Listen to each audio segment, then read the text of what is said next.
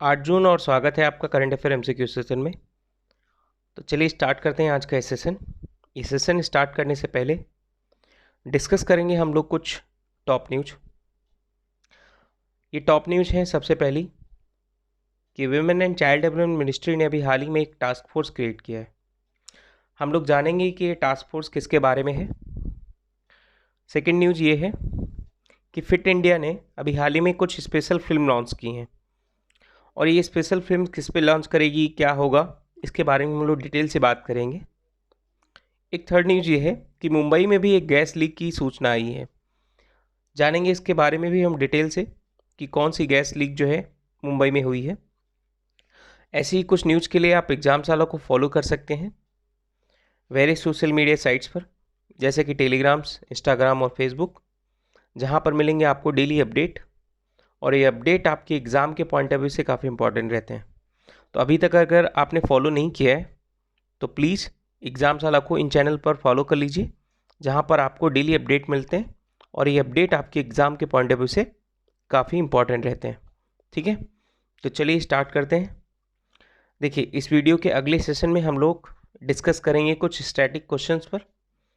ये static question मैं आपको दे रहा हूँ अटेम्प्ट करने के लिए। इन्हें आप वीडियो पॉज करिए, पढ़िए और इन्हें अटेम्प्ट करने की कोशिश करिए। पहला, इंदिरा सागर डैम कहाँ पर है, ये आपको बताना है। इसको प्लेस आपको बताना है कि इंदिरा सागर डैम जो है कहाँ पर है। दूसरा, आपको ये बताना है कि यूनाइटेड नेशन पॉपुलेशन फंड का हेडक्वार्टर कहाँ पर है। ठीक है, इसको लिखिएगा, हेडक्वार्टर कहाँ पर है। और तीसरे में आपको ये बताना है कि अभी प्रेजेंट टाइम पर minister of social justice and empowerment कौन है, इनका नाम आपको बताना है और साथ साथ में इनकी कॉन्स्टिट्यूंसी भी बता दीजिएगा। फोर्थ क्वेश्चन पे बढ़ते हैं। तो फोर्थ क्वेश्चन में आपको बताना ये है कि राउफ, हिकात, मंडास और उसके बाद कुद, डांडी, नाच, ये कुछ फोक डांस हैं। लिख लीजिएगा, ये फोक डांस है। तो ये जो फोक डांस हैं कौन से स्टेट के हैं ये आपको बताना है। और फिफ्थ क्वेश्चन में आपको बताना है कि YS राजा रेड्डी स्टेडियम ये कहाँ पर है। ज़रा इसका सिर्फ आप जो है इसका स्टेट लिख दीजिएगा कि कौन से स्टेट में है। ठीक है, तो ये आपको बताना है पांचों क्वेश्चंस। फटाफट अटेम्प्ट करिए कमेंट सेक्शन में। तो चलिए हम लोग बढ़ते हैं अगले चरण पर। और अगले चरण में आपसे पहला क्वेश्चन मैं रखता हूँ आपके सामने कि अभी हाल ही में विमेन और चाइल्ड डेवलपमेंट मिनिस्ट्री ने अभी हाल ही में एक टास्क फोर्स क्रिएट किया है, जिसको मैंने आपको न्यूज़ में भी रखा था। तो ये जो टास्क फोर्स क्रिएट किया है इसका नाम क्या है। देखिए, यहाँ पर मैं आपको डिस्कस कर देता हूँ कि अभी हाल ही में टास्क फोर्स जो क्रिएट किया गया है उसका नाम है, देखिए, जया जेटली टास्क फोर्स। ठीक है, जया जेटली टास्क फोर्स। और ये जो है जया जेटली टास्क फोर्स है, ये किस लिए बनाया गया है। ये बनाया गया है कि जो लोअर एज में जो लड़कियां माँ बन जाती हैं उनको एग्जामिन करेगा। साथ साथ में कैसे हमारी मातृ मृत्यु दर यानी मैटरनल मोर्टेलिटी रेट को कम किया जाए, कैसे हम लोग महिलाओं में न्यूट्रिशंस लेवल को बढ़ाएं, इसको इम्प्रूव करने के लिए कौन कौन से स्टेप लिए जाएंगे, इस पर ये टास्क फोर्स क्रिएट किया गया है। और इसको हेड कौन करेगा, जया जेटली। तो इसलिए इसका नाम रखा गया है जया जेटली टास्क फोर्स। इस टास्क फोर्स को टास्क दिया गया है कि 31 जुलाई तक आप अपनी रिपोर्ट को क्या करिए, सबमिट करिए, ताकि हम जो है इस पर कैसे एक रोल आउट प्लान ला सकें और इसको टाइम के अकॉर्डिंग हम लोग इम्प्लीमेंट कर सकें। तो बात समझ में, यहाँ पर आपको याद रखना है कि कौन कौन से स्टेप लिए जाएंगे और साथ साथ में इसका नाम। आगे बात करेंगे अगले क्वेश्चन पर। अच्छा, यहाँ पर एक क्वेश्चन आप बताइएगा कि women and child development ministry ये कौन हेड कर रहा है प्रेजेंट टाइम पर, ज़रा कमेंट सेक्शन में मेंशन करिएगा। ठीक है, आगे बात करेंगे सेकंड क्वेश्चन पर। सेकंड क्वेश्चन में आपसे पूछा है कि अभी हाल ही में कि वर्ल्ड फूड सेफ्टी डे, ध्यान से समझिएगा, वर्ल्ड फूड सेफ्टी डे ये सेलिब्रेट किया गया है। जो किस तारीख को सेलिब्रेट किया जाता है ये आपको बताना है। और इस बार का जो थीम है, थीम यहाँ पर लिखा हुआ है food safety everyone is business. ठीक है, ये थीम लिखा हुआ है। तो आपको ये बताना है कि कौन सी तारीख को world food safety day celebrate किया जाता है। तो देखिए, सेलिब्रेट किया जाता है हर साल 7 जून को। 7 जून को world food safety day celebrate किया जाता है और इसका पहला सेशन जो सेलिब्रेट किया गया था वो पिछले साल यानी 2019 में सेलिब्रेट किया गया था। याद रखिएगा 2019 में। तो ये इस बार का सेकंड सेशन है। बात समझ में आ गई? अच्छा, फटाफट ये बताइए कि जो वर्ल्ड फूड सेफ्टी डे है ये सेलिब्रेट किया जाता है किसके द्वारा? WHO, FAO यानी F&O, food and agriculture organization, इन सभी जो यूनाइटेड नेशंस की एजेंसी हैं, इन सभी एजेंसी के द्वारा ये एक मेन स्ट्रीम प्रोग्राम लाया गया है कि किस तरीके से हम लोग जो फूड सेफ्टी को आगे बढ़ाएं और पूरी तरीके से जिन लोगों के पास फूड नहीं है उन तक फूड पहुंचाने का काम करें। तो हर साल ये 7 जून को मनाया जाता है। थीम भी याद रखिएगा और डेट भी याद रखिएगा। अच्छा, एक क्वेश्चन बताइएगा कि अभी हाल ही में हमारे यहाँ पर फूड प्रोसेसिंग मिनिस्टर कौन है? ठीक है, आगे बात करते हैं यानी क्वेश्चन नंबर 3 पर। तो क्वेश्चन नंबर 3 में आपसे पूछा है कि अभी हाल ही में एक बुक है जिसका नाम है uncivil wars, pathology of terrorism in India. ये बुक बहुत पुरानी है लेकिन इसके राइटर कौन है ये आपको बताना है। राइटर अभी चर्चा में है यानी कंटेक्स्ट में है। तो देखिए इसका सही ऑप्शन क्या है? इसका सही ऑप्शन है वेद प्रकाश मारवा। ये चर्चा में क्यों है ये आपको बता देते हैं। देखिए ये एक IPS ऑफिसर भी थे, IPS ऑफिसर थे और साथ साथ में ये मणिपुर, मिजोरम और झारखंड के गवर्नर भी रह चुके हैं। तो अभी हाल ही में इनका देहांत हो गया है इसलिए चर्चा में। देखिए इनका नाम बहुत इम्पोर्टेंट है, याद रखिएगा। 1989 में इन्हें पद्मश्री से नवाजा गया था। ठीक है, तो ज़रा याद रखिएगा। आगे बात करेंगे यानी क्वेश्चन नंबर 4 पर। तो क्वेश्चन नंबर 4 में आपसे पूछा है कि अभी हाल ही में कौन से इंस्टीट्यूट ने नेजोफ्रीजनल स्वैप एक जो है डिवाइस डेवलप की है। सबसे पहले हम लोग जान लेते हैं कि नेजोफ्रीजनल ये एक डिवाइस है, ये क्या है। तो देखो ये जो डिवाइस है ये एक तरीके की मेडिकल डिवाइस है और ये मेडिकल डिवाइस एक प्लास्टिक स्टिक के साथ जुड़ी होगी। Plastic stick in the sense, जैसे मैं यहाँ पर एक कलर आपको बता दूँ, प्लास्टिक इन द सेंस जैसे मान लो ये प्लास्टिक है, ठीक है। तो इस प्लास्टिक के यानी बाहर साइड पर एक ब्रश टाइप का होगा, जैसे आप टूथब्रश करते हैं ना उस तरीके से। और ये बहुत ही ज़्यादा सॉफ्ट होगा, बहुत ही ज़्यादा, और फ्लेक्सिबल होगा। इस नेजोफ्रीजनल एक्टिविटी यानी जो मेडिकल डिवाइस बनाई गई है इसका यूज क्या होगा? देखिए इसका यूज ये होगा कि जो प्रेजेंट टाइम पर कोविड-19 चल रहा है, कोविड-19, तो कोविड-19 में आपने देखा होगा टेस्ट करते समय कि जो अभी हाल ही में जो कोविड-19 का टेस्ट होता है उसमें सलाइवा लिया जाता है, ठीक है, सलाइवा से टेस्ट होता है। तो अब क्या होगा कि नेजोफ्रीजनल यानी ये जो है माउथ के द्वारा नहीं बल्कि आपके नोज से आपका ये टेस्ट होगा। तो काफ़ी फ्लेक्सिबल स्टिक होगी जो आपकी नोज़ के अंदर जाके और वहाँ पर इस वायरस को देखेगी, उसके सिम्टम्स को चेक करेगी लेबोरेटरी में कि वहाँ पर आपको कोविड-19 के शिकार हैं या आप नहीं हैं। बात समझ में आ गई? अब हम लोग डिस्कस कर लेते हैं इसके आंसर के बारे में।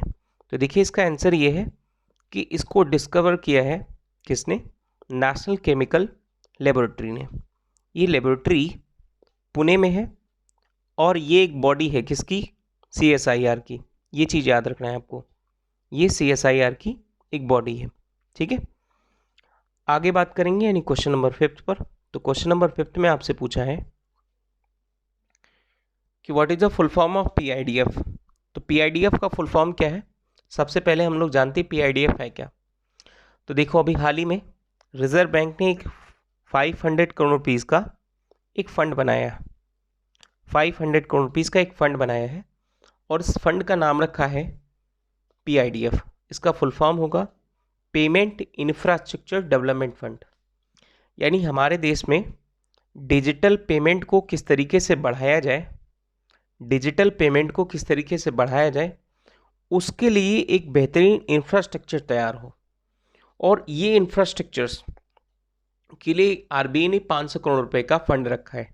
बात समझ में आई? खासकर ये डिजिटल पेमेंट को बढ़ावा कहाँ पर दिया जाए, तो नॉर्थ ईस्ट के स्टेट में, यानी जो हमारे 7 सिस्टर्स हैं, उन 7 सिस्टर्स में किस तरीके से हमारे डिजिटल पेमेंट को बढ़ावा दिया जाए, फिजिकल डिजिटल मोड्स लाए जाएं। जैसे आपने सुना होगा पीओएस मशीन, यानी पॉइंट ऑफ सेल्स मशीन, जब आप किसी दुकानदार के यहाँ जाते हैं वहाँ पर आप अपने क्रेडिट कार्ड डेबिट कार्ड से पेमेंट करते हैं, तो उस तरीके का इंफ्रास्ट्रक्चर हम किस तरीके से नॉर्थ ईस्ट में बढ़ाएं, इसके लिए आरबीआई ने ये 500 करोड़ रुपए का फंड रखा है। बात समझ में आ गई? ठीक है, तो अभी इसका एक इनिशियल कंट्रीब्यूशन होगा 250 करोड़ रुपए का, और फिर आगे फर्दर इसका और भी चीज़ें फंड रिलीज करेगी। बात समझ में आ गई? अच्छा, एक क्वेश्चन आपसे पूछता हूँ। क्वेश्चन ये है कि डिजिटल पेमेंट को बढ़ावा देने के लिए, ध्यान से सुनिएगा, डिजिटल पेमेंट को बढ़ावा देने के लिए डिजिटल ट्रांजैक्शन पर चार्जेस को रिड्यूस करने के लिए कमेटी बनाई गई थी। उस कमेटी का नाम या बताइएगा कमेंट सेक्शन में फटाफट। ठीक है, चार्जेस को रिड्यूस करने के लिए कमेटी बनाई गई थी, उस कमेटी का नाम क्या है? ठीक है, तो बात करते हैं आगे अगले क्वेश्चन पर। अगली क्वेश्चन में आपसे पूछा है कि अभी हाल ही में एक प्रोग्राम लॉन्च हुआ था, मैत्री। मैत्री कौन से फील्ड से रिलेटेड है, ये आपको बताना है। तो देखिए, हम लोग सबसे पहले मैत्री के बारे में जानते हैं, और जैसे मैं मैत्री के बारे में बताऊंगा, आप अपने आप खुद ब खुद आप इसका आंसर बता देंगे। ठीक है, तो मैत्री का फुल फॉर्म है, ध्यान से सुनिएगा, the market integration and transformation programme for energy efficiency. एक बार फिर से बोल रहा हूँ, the market integration and transformation programme for energy efficiency. बात समझ में आ गई? तो अब इसका आंसर आप बता सकते हैं कि इसका आंसर क्या है। तो इसका आंसर है, देखिए, healthy and energy efficiency buildings. अब इसकी कंटेक्स्ट की हम लोग चर्चा कर लेते हैं। देखिए, वर्ल्ड एनवायरनमेंट डे 5 जून को होता है, तो उसी दिन एक हमारे यहाँ का इंस्टीट्यूट है जिसका नाम है EESL। EESL फुल फॉर्म में आपको बोल रहा हूँ, एनर्जी एफिशिएंसी सर्विस लिमिटेड। ठीक है, और दूसरा एक इंस्टीट्यूट है यूएस का, जिसका फुल फॉर्म है USAID। इसका फुल फॉर्म बता देता हूँ, United states agency international development. ठीक है, और ये दोनों ने क्या किया है, अभी हाल ही में कोलैबोरेशन किया है, और ये जो कोलैबोरेशन किया है ये इसलिए किया है कि हम कुछ ऐसी बिल्डिंग बनाएंगे जहाँ पर हमें लो कॉस्ट एनर्जी लगानी पड़े, यानी कम से कम पैसे में हमें लो कॉस्ट एनर्जी हम बना सकें, और साथ साथ में हमारी एनर्जी एफिशिएंसी को भी बढ़ावा मिले। और इसके साथ साथ इनका मेन फोकस ये रहेगा कि हम लोग जो बिल्डिंग्स हैं, बिल्डिंग्स के अंदर कूलिंग को कैसे बढ़ाया जाए, यानी जिससे हमारी कंक्रीट के बहुत सारे जंगल क्रिएट हो जाते हैं, इवन बहुत सारी बिल्डिंग हो जाती हैं, तो हमारा शहरों का जो टेम्परेचर है वो बढ़ता रहता है, और उस बिल्डिंग के अंदर टेम्परेचर को कम करने के लिए हम लोग क्या करते हैं, एसी वगैरह का यूज़ करते हैं। तो विदाउट एनी एसी वगैरह से हम लोग किस तरीके से कूलिंग को और आगे बढ़ाएं, और साथ साथ में लो कॉस्ट इफेक्टिव एनर्जी को बढ़ावा मिले, तो इसलिए ये चर्चा में है। बात समझ में आ गई? तो इसको ज़रा नोट डाउन कर लीजिएगा, बहुत इंपॉर्टेंट है। Maitree programme healthy and energy efficient building से रिलेटेड है। ठीक है, बात करेंगे अगले क्वेश्चन पर। क्वेश्चन नंबर 7 में आपसे पूछा है कि अभी हाल ही में कौन सी मिनिस्ट्री ने #ICommit इनिशिएटिव लॉन्च किया है। अब सबसे पहले हम लोग जानते हैं कि #ICommit इनिशिएटिव है क्या। देखो, हमारे यहाँ पर जो एनर्जी है, ये भी क्वेश्चन एनर्जी पर ही है। ठीक है, तो जो एनर्जी है वो एनर्जी को हम किस तरीके से क्षमतावान बनाएं, इन एनर्जी एफिशिएंसी को कैसे बढ़ाएं, जिस एनर्जी एफिशिएंसी बढ़ाने में सबसे अहम योगदान कौन दे सकता है, वो है रिन्यूएबल एनर्जी। रिन्यूएबल एनर्जी, और इसको हम कैसे सस्टेनेबल क्रिएट कर सकें, इसके लिए एक प्रोग्राम रखा है। कौन सी मिनिस्ट्री ने, अब आप जान गए होंगे। जी हाँ, इसका सही आंसर क्या है, union power minister. Union power minister ने ये इनिशिएटिव रखा है जिसका नाम है hashtag I commit. Hashtag I commit का जो फोकस होगा कि हम एनर्जी एफिशिएंसी को कैसे बढ़ाएं, चाहे उसमें रिन्यूएबल एनर्जी हो, इसको कैसे सस्टेनेबल क्रिएट किया जा सके, कैसे रोबस्ट किया जा सके। तो ये सब सारे काम होंगे। इनका मेन जो इनिशिएटिव होगा कि हम लोग कैसे इलेक्ट्रिक वाहन को बढ़ाएं, इलेक्ट्रिक जो हमारे व्हीकल्स हैं उनको बढ़ावा दें, साथ साथ में हर घर में बिजली पहुंचे, इस पर इनका मेन फोकस है। तो ये दोनों चीज़ों को प्रमोट करेंगे। एक प्रोग्राम था जिसका नाम था फेम 1, है ना, फेम 1 इनिशिएटिव। अब ये फेम क्या है, इसका फुल फॉर्म क्या है, फटाफट से ज़रा इस कमेंट सेक्शन में बताइएगा ज़रा, फेम का फुल फॉर्म क्या है। और दूसरा, इनका मेन फोकस रहेगा कि हर घर में हम बिजली कैसे पहुंचाएं। तो इसके लिए एक योजना लाई गई थी, पंडित दीनदयाल उपाध्याय ग्राम ज्योति योजना। ठीक है, ग्राम ज्योति योजना, याद रखिएगा, ग्राम ज्योति योजना, पंडित दीनदयाल उपाध्याय ग्राम ज्योति योजना। तो इन दोनों को कैसे बढ़ाया जाए, इस पर इनका मेन फोकस रहेगा। बात समझ में आई। हैशटैग आई कमिट किससे रिलेटेड है, थोड़ा सा ये याद रखिएगा कि कैसे हम एनर्जी एफिशिएंसी को बढ़ाएं। बात करेंगे अगले क्वेश्चन पर। अगला क्वेश्चन आपसे ये पूछा है कि अभी हाल ही में यूनियन इन्वायरमेंट मिनिस्टर ने एक प्रोग्राम लॉन्च किया है, अर्बन फॉरेस्ट प्रोग्राम है। और ये जो अर्बन फॉरेस्ट प्रोग्राम है, इसमें आपको ये बताना है कि इसका नाम क्या है। ठीक है, तो इसका नाम ये है, देखिए, नगर वन स्कीम। नगर वन स्कीम में क्या है, इसका ये फेज होगा कि किस तरीके से हम, इसका मेन फोकस होगा कि हम पूरे इंडिया में 200 कॉरपोरेशंस बनाएंगे, कॉरपोरेशन सिटीज़ होंगी across the country in the next 5 years, जो अर्बन फॉरेस्ट को किस तरीके से बढ़ावा मिले, इस पर ये काम करेंगी। देखिए, ये स्कीम जो है वो एक कैंपा का भाग है। कैंपा का फुल फॉर्म यहाँ पर मैं आपको लिखे दे रहा हूँ। कैंपा का फुल फॉर्म, कैंपा का एक पार्ट है। कैंपा का फुल फॉर्म है कंपनसेटरी अफॉरेस्टेशन फंड एक्ट 2016। ठीक है, तो ये इसका पार्ट है। इसका पार्ट ये है, और उसका मेन फोकस क्या रहेगा कि अर्बन फॉरेस्ट को किस तरीके से बढ़ावा दिया जाए। तो कौन है एनवायरनमेंट मिनिस्टर, जरा कमेंट सेक्शन में मेंशन करिएगा। आगे बात करेंगे हम लोग क्वेश्चन नंबर 9 पर। तो क्वेश्चन नंबर 9 में आपसे पूछा है कि अभी हाल ही में प्राइम मिनिस्टर नरेंद्र मोदी ने ग्लोबल वैक्सीन समिट 2020 में, यानी गैवी एलायंस के अंतर्गत कितने फंड का कंट्रीब्यूशन किया है। तो यहाँ पर देखिएगा, ये है $15 मिलियन। $15 मिलियन के लिए इंडिया ने कंट्रीब्यूट किया है। और कंट्रीब्यूशन ये है, जो ग्लोबल वैक्सीन अलायंस है, इसके अंतर्गत पब्लिक हो, यानी सरकारी कंपनियां हो या फिर प्राइवेट कंपनियां हो, सभी मिलकर इंटरनेशनल वैक्सीन अलायंस गावी को प्रमोट करेंगी। और प्रेजेंट टाइम पर जो अभी हमारी सबसे ज़्यादा डिमांड है, वो डिमांड क्या है, जी हाँ, कोरोना वायरस वैक्सीन, यानी कोविड-19 की वैक्सीन को किस तरीके से जल्दी लाया जाए, इस पर ये प्राइवेट और पब्लिक इंस्टीट्यूट काम करेंगे, जिनमें से World Health Organization, UNICEF, World Bank, technical agencies, civil societies, Bill and Melinda Gates foundations, ये सारी जो इंस्टीट्यूट है इसमें काम करेंगी। हालांकि ये इंस्टीट्यूट आपको याद रखने की ज़रूरत नहीं है, आपको बस ये फंड याद रहे बहुत है। ठीक है, बढ़ते हैं अगले क्वेश्चन पर, यानी क्वेश्चन नंबर 10 पर। तो क्वेश्चन नंबर 10 में आपसे पूछा है कि अभी हाल ही में union electronic and IT minister ने एक फंड लॉन्च किया है। ठीक है, और ये फंड जो होगा, ये हमारे देश में इलेक्ट्रॉनिक्स और मोबाइल मैन्युफैक्चरिंग यूनिट्स को बढ़ावा देने के लिए होगा। तो आपको इस क्वेश्चन में ये बताना है कि अभी हाल ही में कितना फंड जारी किया गया। तो देखिए इसका सही आंसर है 48,000 करोड़ रुपीस।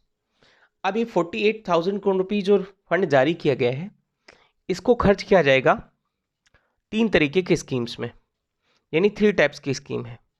ये 3 टाइप्स की स्कीम कौन कौन सी हैं, ये मैं आपको यहाँ पर बता रहा हूँ। पहली स्कीम जो है वो है PLI, इसको लिखते जाना आप लोग। पहली स्कीम है PLI। PLI का फुल फॉर्म है प्रोडक्शन लिंक्ड इनिशिएटिव स्कीम्स। इसका फुल मतलब इसका मेन एम क्या होगा, मेन ये एम होगा कि लार्ज स्केल पर इलेक्ट्रॉनिक्स मैन्युफैक्चरिंग को किस तरीके से बढ़ावा दिया जाए, बहुत ज़्यादा स्केल पर हमारे यहाँ पर इलेक्ट्रॉनिक्स आइटम्स बने। ठीक है, तो इसका मेन एम होगा कि हम लोग हर साल 4 से 6% का अपनी इलेक्ट्रॉनिक्स जो आइटम है उनको आगे बढ़ाएं। इसमें बहुत सारी कंपनियां मिलेंगी। तो इसके लिए PLI के लिए गवर्नमेंट ने 41,000 करोड़ रुपए का फंड रखा है। बात समझ में आ गई। सेकेंड स्कीम पर हम बात करेंगे। तो सेकेंड स्कीम का नाम है स्पेक्स। जी हाँ, स्पेक्स। इसका फुल फॉर्म है scheme for promotion of manufacturing electronic component and semiconductors, specs. तो स्पेक्स ये काम क्या करेगा, ये काम ये करेगा यानी बहुत जो छोटी छोटी यूनिट होती हैं, इलेक्ट्रॉनिक गुड्स होते हैं, इलेक्ट्रॉनिक कंपोनेंट होते हैं, कुछ सेमीकंडक्टर होते हैं और डिस्प्ले फैब्रिकेशन यूनिट, इन सारी चीज़ों के लिए ये स्पेक्स प्रोग्राम लाया गया है। और गवर्नमेंट ने इसके अंतर्गत 3300 करोड़ रुपए का फंड रखा है। जी हाँ, 3300 करोड़ रुपए का फंड रखा है। यानी 48,000 को कैसे डिवाइड किया जाए मैं इसमें बता रहा हूँ। थर्ड स्कीम जो रखी है उसका नाम अब भी आप याद रखिएगा, EMC। ये तीनों चीज़ें EMC।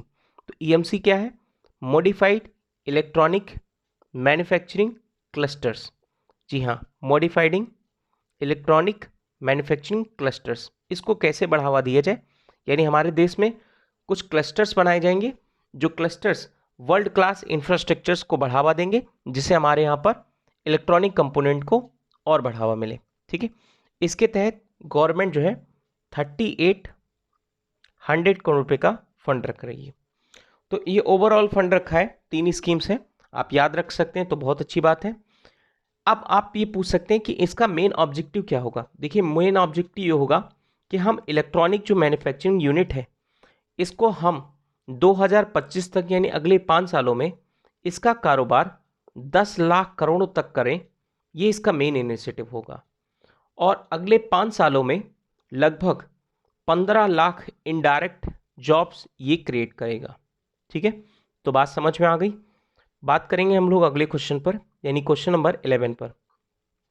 तो क्वेश्चन नंबर 11 में आपसे पूछा है कि अभी हाल ही में कौन सी कंट्री ने इमरजेंसी डिक्लेयर कर दी है। क्यों? क्योंकि अंबर नाया एक रिवर है जहां पर डीजल ऑयल स्प्लिट हुआ था। तो देखिए इसका सही आंसर क्या है, रशिया। रशिया में एक प्लांट था जहां पर डीजल ऑयल स्पिल होने के कारण अंबर नाया रिवर यानी सैलो रिवर है, और उस सैलो रिवर्स में डीजल स्प्लिट हो जाने के कारण एक रीजन है सर्बिया रीजन, और वहां पर इमरजेंसी डिक्लेयर कर दी गई है। बात समझ में आ गई। आगे बात करेंगे इन क्वेश्चन नंबर 12 पर। तो क्वेश्चन नंबर 12 में आपसे पूछा है कि इस बार का क्रिस्टोफी मैरिक्स प्राइज एड्स प्रोग्राम के लिए जो 55 लाख यूरो का है, ये प्राइज़ किसने जीता। तो देखिए ये प्राइज़ जीता है क्वारिसा अब्दुल करीम। इन्होंने एड्स प्रोग्राम को, एड्स की रोकथाम के लिए काफ़ी बेहतर काम किया, साउथ अफ्रीका से हैं, तो इनको ये प्राइज़ दिया गया है। ठीक है, आगे बात करेंगे क्वेश्चन नंबर 13 पर। तो क्वेश्चन नंबर 13 में आपसे पूछा है कि एक फॉर्मर क्रिकेटर थे जिनका नाम था रियाज शेख, ये भी हाल ही में इनका देहांत हो गया। तो ये कौन से कंट्री से बिलोंग करते थे, ये आपको बताना है। तो देखिए इसका सही आंसर है पाकिस्तान। पाकिस्तान से बिलोंग करते थे और ये अभी हाल ही में कोरोना पॉजिटिव पाए गए, जिसके बाद इनका देहांत हो गया। बात करेंगे अगले क्वेश्चन पर, यानी क्वेश्चन नंबर 14 पे। तो क्वेश्चन नंबर 14 में आपसे ये पूछा है कि अभी हाल ही में कौन से बैंक ने एक separate financial inclusion and micro market create किया है, वर्टिकल एंड हॉरिजेंटल्स। तो देखिए इसका सही आंसर क्या है, इसका सही आंसर है एसबीआई। एसबीआई ने भी हाल ही में separate financial inclusion and micro market के लिए एक प्रोग्राम लॉन्च किया है। अब सबसे पहले हम लोग जान लेते हैं कि फाइनेंशियल इंक्लूजन क्या होता है। तो फाइनेंशियल इंक्लूजन ये होता है कि जब कभी भी बैंक के द्वारा लो कॉस्ट पर ज़्यादा से ज़्यादा लोगों को जोड़ा जाता है, यानी गवर्नमेंट या बैंक के द्वारा लो कॉस्ट पर, ध्यान रखिएगा लो कॉस्ट यानी जितना आप अफोर्ड कर सकते हैं, एफोर्डेबल कॉस्ट भी कह सकते हैं इसको। तो एफोर्डेबल कॉस्ट पर ज़्यादा से ज़्यादा लोगों को बैंकिंग से जोड़ना, that is called financial inclusion. अभी फाइनेंशियल इंक्लूजन का मतलब मेन होगा कि जहाँ जहाँ पर बैंक के नहीं हैं, बहुत ही इंटीरियर एरिया, तो वहाँ पर बैंकिंग सुविधा कैसे पहुँचाई जाए, इसके लिए एसबीआई काम करेगी। और साथ साथ में जो भी आत्मनिर्भर अभियान का जो पैकेज आया, उसमें स्मॉल इंडस्ट्रीज़ को कैसे पैकेज पहुँचाया जाए, इस पर भी बात करेंगे। ठीक है, तो ये क्वेश्चन समझ में आया आपको। आगे बढ़ते हैं यानी क्वेश्चन नंबर 15 पर। तो क्वेश्चन नंबर 15 में आपसे पूछा है कि अभी हाल ही में Asia Pacific annual green airport recognition 2020 Airport Council International के द्वारा दिया गया है, और इस बार का प्लेटिनम रिकॉग्नाइजेशन, ये अवार्ड किस एयरपोर्ट को गया है। तो देखिए इस बार का जो है ये अवार्ड, प्लेटिनम रिकॉग्निशन अवार्ड, ये दिया गया है राजीव गांधी हैदराबाद इंटरनेशनल एयरपोर्ट को। ठीक है, इस बार का जो गोल्ड रिकॉग्निशन अवार्ड है वो गया है इंदिरा गांधी इंटरनेशनल एयरपोर्ट को, और सिल्वर रिकॉग्नाइजेशन का जो अवार्ड है वो दिया गया है छत्रपति शिवाजी महाराज इंटरनेशनल एयरपोर्ट को। ये अवार्ड इसलिए दिए गए हैं क्योंकि इन्होंने वाटर को किस तरीके से यूटिलाइज किया जाए, इस पे बहुत अच्छी तरीके से काम किया है। बात समझ में आई। ठीक है, ग्रीन एयरपोर्ट को रिकॉग्निशन करने में इन्होंने बहुत बढ़िया काम किया है, वाटर मैनेजमेंट की दिशा में बहुत अच्छा काम किया है, तो इसलिए इन्हें प्रोग्राम दिया गया। तो आज के एमसीक्यू में इतना ही। अब हम लोग डिस्कस कर लेते हैं वो क्वेश्चंस जो मैंने आपको अटेम्प्ट करने के लिए दिए थे। आई होप आप सभी ने अटेम्प्ट कर लिए होंगे। तो पहला क्वेश्चन मैंने आपसे पूछा था, याद है आपको? जी हाँ, मुझे तो याद है। इंदिरा सागर डैम्स कहाँ पर है? तो इंदिरा सागर डैम्स है, देखिए ये एमपी में है, और ये कौन सी रिवर पर है? नर्मदा रिवर पर है, नर्मदा रिवर। ठीक है, और ये जो है कौन से डिस्ट्रिक्ट में है ये भी आप लिख लीजिएगा, खंडवा डिस्ट्रिक्ट मध्य प्रदेश का, वहाँ पर है। आगे बात करेंगे यानी क्वेश्चन नंबर सेकेंड पे मैंने आपसे पूछा था यूनाइटेड नेशन पॉपुलेशन फंड। तो यूनाइटेड नेशन पॉपुलेशन फंड, इसका हेडक्वार्टर मैंने आपसे पूछा था, तो इसका हेडक्वार्टर है न्यूयॉर्क में, और इसका इस्टेब्लिशमेंट हुआ था 1969 में। और इसके हेड कौन है वो भी लिख लीजिएगा। तो इसके हेड हैं नाटिला कनेनम, नाटिला कानेम, कानेम। ठीक है, ये इसके हेड हैं। सर थर्ड क्वेश्चन मैंने आपसे पूछा था कि minister of social justice and empowerment कौन है? तो ये है थावरचंद गहलोत, और इनकी कॉन्स्टिट्यूंसी पूछी थी, तो कॉन्स्टिट्यूंसी है इनकी जो बालाघाट। ठीक है, आगे बात करेंगे हम लोग यानी क्वेश्चन नंबर 4 पर। तो क्वेश्चन नंबर 4 में आपसे पूछा था कि रौफ मंजदात कुंड नाच, ये कौन से स्टेट के फोक डांस हैं? तो है जम्मू कश्मीर। ठीक है, और YSR राजा रेड्डी स्टेडियम, ठीक है, ये कहाँ पर है? तो ये है आंध्र प्रदेश में। देखिए कल की वीडियो में, लास्ट वीडियो में मुझसे एक गलती हो गई थी, तो उसको सुधार कर लीजिएगा। मैंने पूछा था कि एडिडास का जो ब्रांड एम्बेसडर है उसमें सारे ऑप्शन बताए थे, तो वहाँ पे मैंने रणबीर कपूर बता दिया था, तो रणबीर कपूर से नहीं, रणवीर सिंह वहाँ पर लिख लीजिएगा। ठीक है, ये तो आज इस क्वेश्चन में इतना ही। अब हम लोग डिस्कस कर लेते हैं वो क्वेश्चंस यानी वो न्यूज जो मैंने आपको बताई थी। तो सबसे पहले मैंने आपको ये बताया कि women and child development ministry ने टास्क फोर्स क्रिएट किया है। जी हाँ, इसको मैंने पहले एमसीक्यू में भी रखा था, जिसका नाम क्या रखा है? जया जेटली। जी हाँ, जया जेटली टास्क फोर्स। और इस टास्क फोर्स का काम क्या होगा कि हम किस तरीके से मैटरनल मोर्टेलिटी रेट को कम करें, न्यूट्रिशन लेवल को बढ़ाएं, कैसे हम चाइल्ड सेक्स रेशियो जो है उसको इम्प्रूवमेंट करें, साथ साथ में चाइल्ड डेथ रेशियो भी कम करें, इस पर ये टास्क फोर्स क्रिएट किया गया है, और 31 जुलाई तक ये अपनी रिपोर्ट सबमिट करेगा। आगे बात करेंगे यानी फिट इंडिया ने भी हाल ही में कुछ स्पेशल फिल्म लॉन्च की हैं। देखिए ये जो स्पेशल फिल्म लॉन्च करेगा इसका मेन ये होगा कि हम लोकल स्पोर्ट को कैसे बढ़ावा दें। लोकल स्पोर्ट, जी हाँ, लोकल स्पोर्ट को कैसे बढ़ावा दें। और हमारा जो एक अभियान था जिसका नाम था एक भारत श्रेष्ठ भारत, तो एक भारत और श्रेष्ठ भारत को कैसे बढ़ावा दिया जाए और हमारे जो लोकल स्पोर्ट हैं उनकी भी कनेक्टिविटी कैसे मिले, तो इसलिए ये काम किया गया है। देखिए एक भारत और श्रेष्ठ भारत यानी सभी के जो कल्चर हैं, एक राज्य दूसरे राज्य के कल्चर को जाने, तो इसी दिशा में फिट इंडिया ने भी एक काम किया है। ये क्या करेगा, एक राज्य के जो खेल कूद वाले काम हैं, खेल कूद वाले जैसे स्पोर्ट्स हैं, जैसे आपका कबड्डी हो गया, खो खो हो गया, तो ये क्या किए जाएंगे, एक राज्य से दूसरे राज्य में भी स्प्रेड किए जाएंगे अक्रॉस द इंडिया। ठीक है, तो हमारा कल्चर भी स्प्रेड होगा, साथ साथ में यंगस्टर्स को हमारे यहाँ पर फिट रहने का मौका मिलेगा जब लोकल गेम्स को पूरी तरीके से इंटरनेशनल लेवल पर लाया जाएगा। और ये programme human resource development ministry के द्वारा डिजिटल प्लेटफॉर्म पर चलाया जाएगा, यानी यूट्यूब वगैरह पे चलाया जाएगा। आगे बात करेंगे यानी गैस लीक पर। तो गैस लीक जो है मुंबई में हुई। देखिए ये जो एक घटना थी गैस लीक वाली, तो वहाँ की जो म्यूनसिपल कॉरपोरेशन है बीएमसी, तो बीएमसी ने क्या किया, वहाँ पर ये ट्वीट करके बताया कि कई लोगों को ने रिपोर्ट की है उस एरिया में, रेजिडेंट एरिया में जो चैम्बूर है, घोट कॉपर एरिया है, तो वहाँ पर गैस स्मेल लोगों को आई, तो इसलिए एक रिपोर्ट की गई है। और इस रिपोर्ट में कई लोगों के हताहत होने या फिर उनकी डेथ होने की कोई खबर नहीं है, खाली प्रिकॉशन जारी किए गए हैं कि आप जो है घर में रहें और अपने बचाव के लिए टॉवल वगैरह का इस्तेमाल कर सकते हैं, गीली टॉवल वगैरह के। तो स्मेल आई है जस्ट वहाँ पर, और इसलिए एक रिपोर्ट कंफर्म की गई है और सारी तरीके से सुरक्षा के इंतजाम कर लिए गए हैं। खास कोई न्यूज़ नहीं थी इसमें कि कौन सी गैस लीक हुई है, तो इस पर अभी जांच चल रही है। ठीक है, तो आज की वीडियो में इतना ही।